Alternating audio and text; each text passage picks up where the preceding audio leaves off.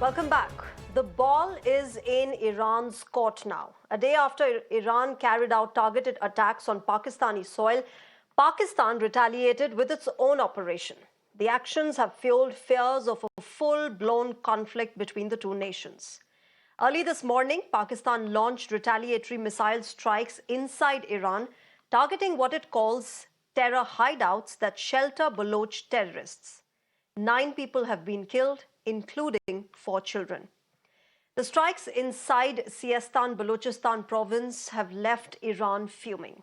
Islamabad has gone out on a limb to stress that these strikes were based on credible intelligence and conducted via drone rockets and long-range missiles. They released the visuals today as well. Interestingly,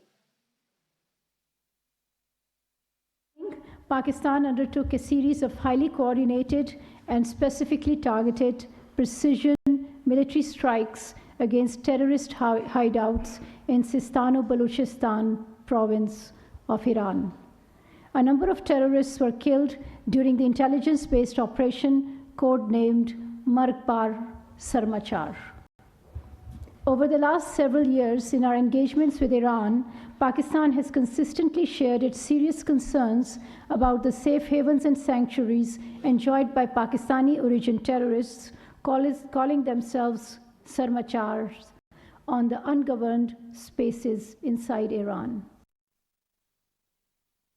در مورد پاکستان هیچ یک از اتباع کشور همسایه، دوست و برادر ما پاکستان مورد هدف پهپاد و موشک‌های ایران نبودند.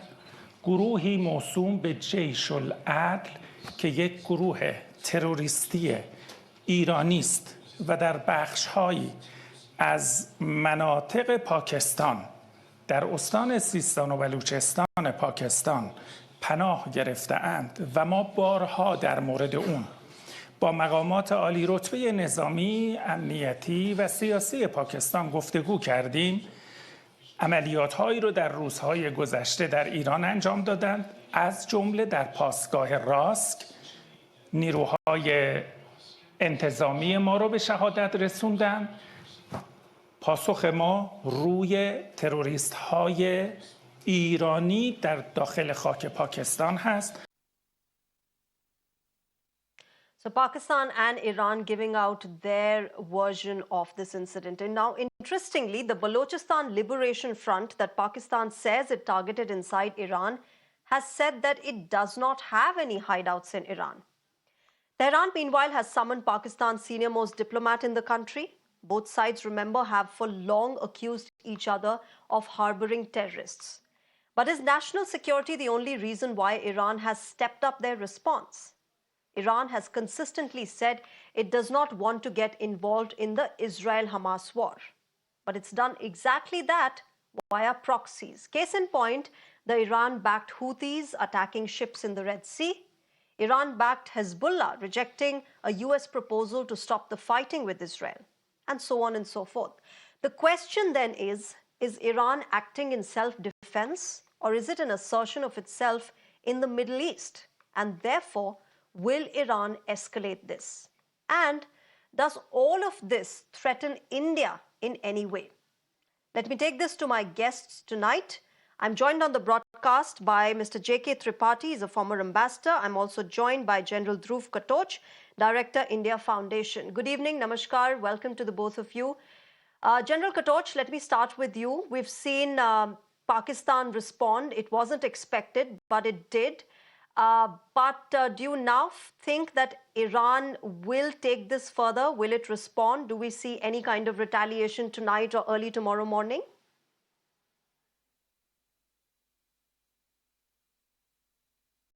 Thank you, Shreya. Shreya, it is my opinion that Iran will retaliate. It is too proud a country to simply let go of an incident of this nature. Now, it is a fact that when Pakistani bases were attacked in Pakistan and Balochistan, there were terrorist camps there, and those are the terrorists who had been operating against Iran in Siestan-Baluchistan. But on the converse side, there are no terrorist camps based in Iran, which are targeting Pakistani soldiers or anyone else in Pakistan. Actually, the Balochis don't need that. They've got enough bases inside Balochistan, and neither the Tehreek-e-Taliban Pakistan, which is operating on the Afghan Taliban, on the Afghan-Pakistan border. So what really happened was Pakistan carried out a retaliatory attack. I don't think the Iranians are going to keep quiet. At some point of time, may not be today or tomorrow, but at some point of time, the Ayatollah will react, and it will depend upon Pakistan thereafter to cool the situation down. Otherwise, I don't see it going down. I don't see a one-sided mellowing down of the situation from the Iranian side. It has to be from the Pakistani side, and because Pakistan actually is in a very dicey situation as of now. They've got a very volatile border with Afghanistan. They are not very comfortable with their border with India and the LOC. And now I don't think they would like to open up a third front. So it's up to Pakistan now which way they react. But I have a feeling that the Iranians are going to react because what the Pakistanis have done, haven't they, in my General view, is unacceptable. Sure. You know, the fact that they're sharing border with India, Iran, Afghanistan and China, Ambassador Tripathi, and China is the only country they don't have a conflict with yet. India, Iran, Afghanistan, three countries that Pakistan has a conflict with. It has its own domestic issues. Its economy is in shambles. It has a security challenge from the TTP, from the ISI Khorasan, from the Afghan Taliban. And amid all of this, you know, last night, I was talking with Ambassador Ashok Sajjanhar on this very show, where we were discussing how Pakistan cannot afford to escalate this further. But here we are talking about how Pakistan has retaliated. But the question is, how far can it go with it? It doesn't have the finances or, you know, the forces to actually take this forward with Iran.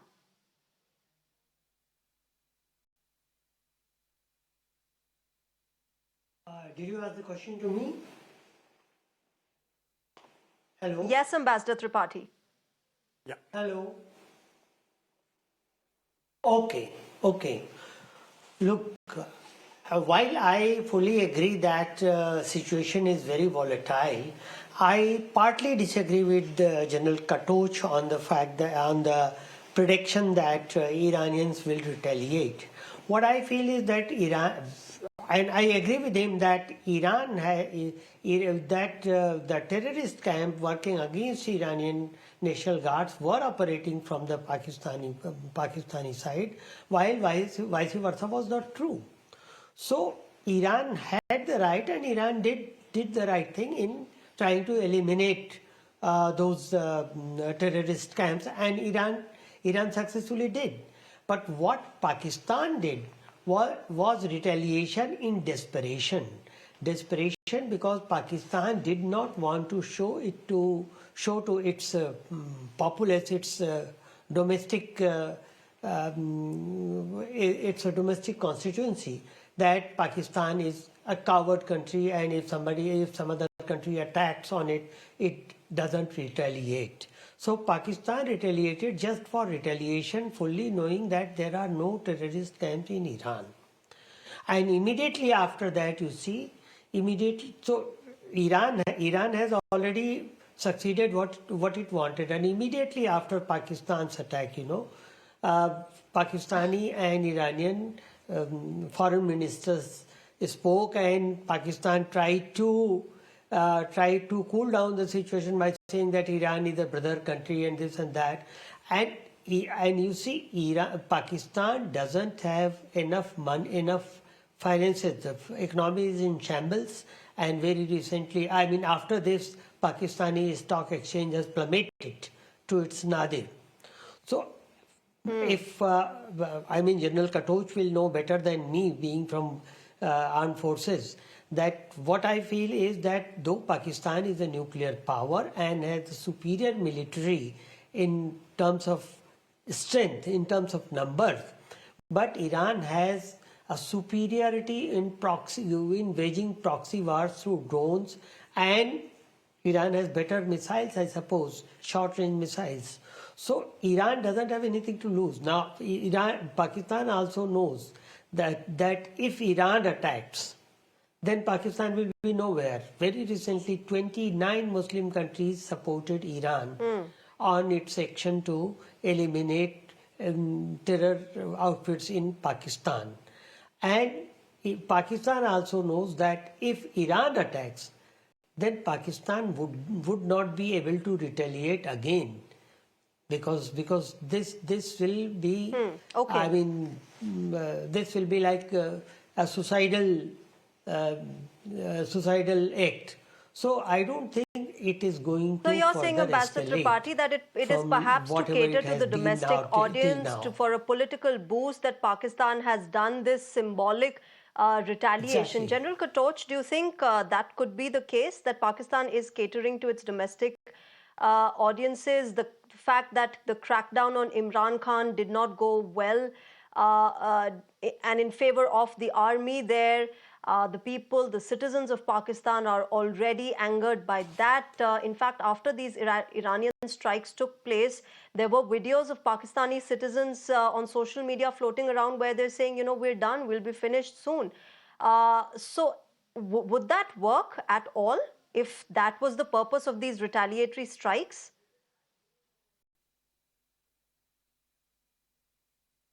Oh, no, very frankly, you see, as far as Pakistan is concerned, they were catering to the domestic audience. There is no doubts about that. So they had to do something.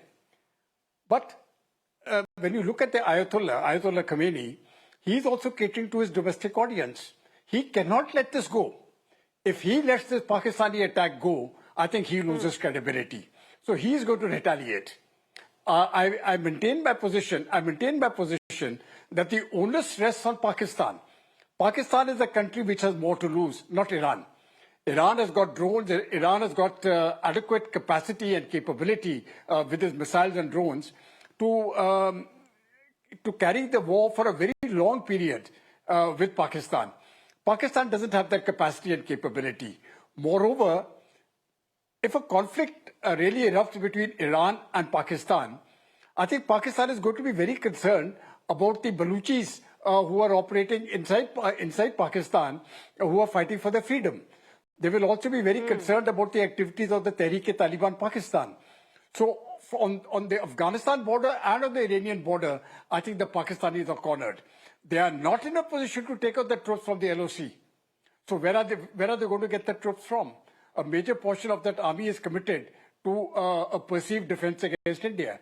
Yeah. Now they've got to defend themselves against Afghanistan and therefore, against General Iran. Katoch, how does India look at it? And how does it impact India? Perhaps not directly. We've had the Indian response. We've had the MEA saying that it's an issue between Iran and Pakistan. But we've also said that we understand a country's right to self-defense. But in general, if you see, how does it impact India, if it does at all? So, very frankly, I don't think this impacts India to any great extent. The only thing is, if it becomes a full-blooded conflict, then my fear is that this conflict may spread from the Persian Gulf to the Red Sea. The Red Sea is already in flames. And, if it comes from the Straits of Hormuz across the landmass and onto the Red Sea, what happens if the oil shipments get affected? What happens if the merchant fleets get affected? You see, so India is concerned only as far as the energy security is concerned. Of course, we will make alternate arrangements. But beyond that, I think as a matter of national policy, I think the MEA is absolutely right in stating it is an internal affair between two countries, you see, Iran and Pakistan. So they have to sort out their differences. India is not a party to this dispute, and I don't think we are going to get involved in any way. Okay. Okay, then let me quickly also ask my last question to Ambassador Tripathi. Ambassador Tripathi, there is crisis after crisis that the Middle East has been witnessing. The Israel-Hamas war, Israel strikes affecting Lebanon, affecting Syria. Then there is Hezbollah that is bombing Israel. There is a US that is dealing with Houthi strikes on the Red Sea. The Middle East is seeing multiple crises simultaneously happening. How do you see this really moving out with the kind of geopolitical changes that we have seen due to two wars that have taken place in the past few years?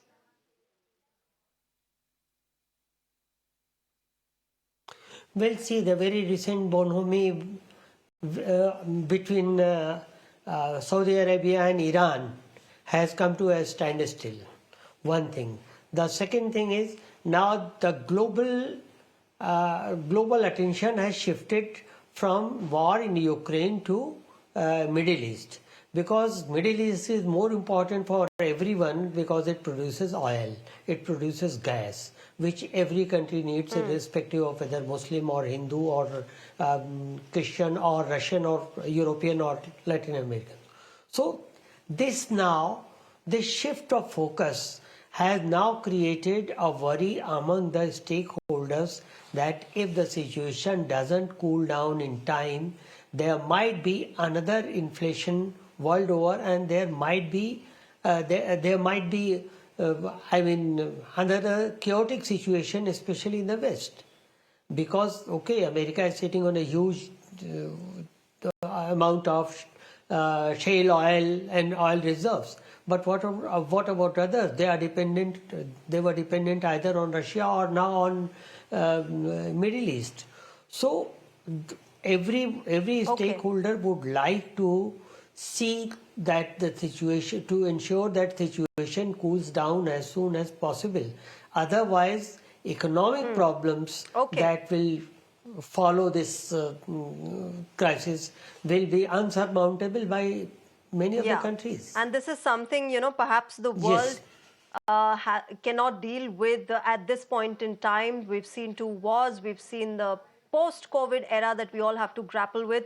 I'll leave it there. Thank you very much to both you gentlemen, Ambassador Tripathi and General Dhruv Katoch. Thank you very much for joining us tonight and sharing your perspective on this unfolding of events that has taken place between Iran and Pakistan. We will, of course, have to see how this moves forward. With that